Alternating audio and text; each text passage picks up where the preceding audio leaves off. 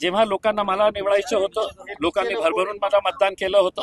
आता 5 वर्षानंतर त्यांना असं वाटलं की नाही, इम्तियाज जलील पेक्षा भुमरे साहेब चांगले आहे म्हणून त्यांना मतदान केलेलं आहे. आम्ही वेगवेगळ्या पार्टीचे असू शकतं, पण मित्रता असतं आणि ते मित्रता जपायला पाहिजे, सगळ्यांनी जपायला पाहिजे. विकासासाठी सहकार्य करणार नक्की 100%. जेव्हा त्यांनी मला कॉल केलं तर मी तुरंत त्यांच्याकडे पळून जाणार आहे. भुमरे साहेब काय म्हणाले? मला एकच सांगायचं की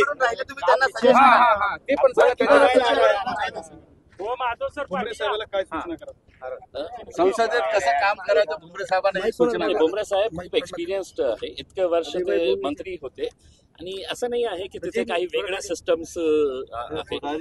हे आहे की एक खूप मोठा एक सभागृह आहे आणि देशाचे निर्णय तिथे घेण्यात येतं आणि माझी अपेक्षा हेच आहे की या जिल्ह्यामध्ये खूप काही करण्यासारखं आहे.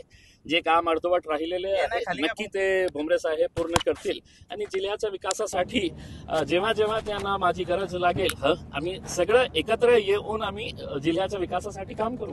भुमरे साहेब काय म्हणाल? शुभेच्छा दिल्या मोठ्या दिलाने. नाही, इम्तियाज जलील साहेबांनी खरोखर म्हणजे मन मोठं करून शुभेच्छा दिल्या आणि जलील साहेबांनी काही म्हणजे आमचे पक्ष वेगळे असतात पण आम्ही काही विकासाच्या बाबतीत एकत्र पालकमंत्री असताना मंत्री असताना आम्ही एकत्र येऊन विकासाच्या बाबतीत अनेक कामं करण्याचा प्रयत्न केला, एकमेकाचा सल्ला घेण्याचा प्रयत्न केला.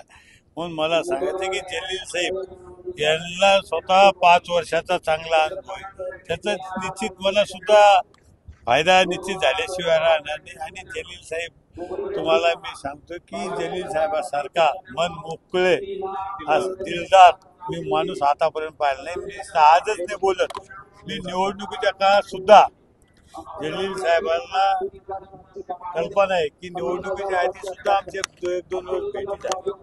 ठीक आहे, ते त्यांचे MIM कोण राहिले, मी शिवसेना कोण राहिले, पण आम्ही खेळमेळीच्या वातावरणात ही निवडणूक लढली.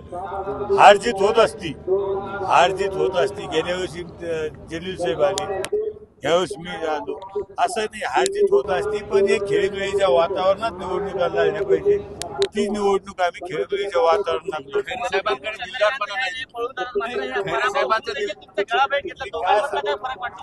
खैरे हा माणूस आहे का?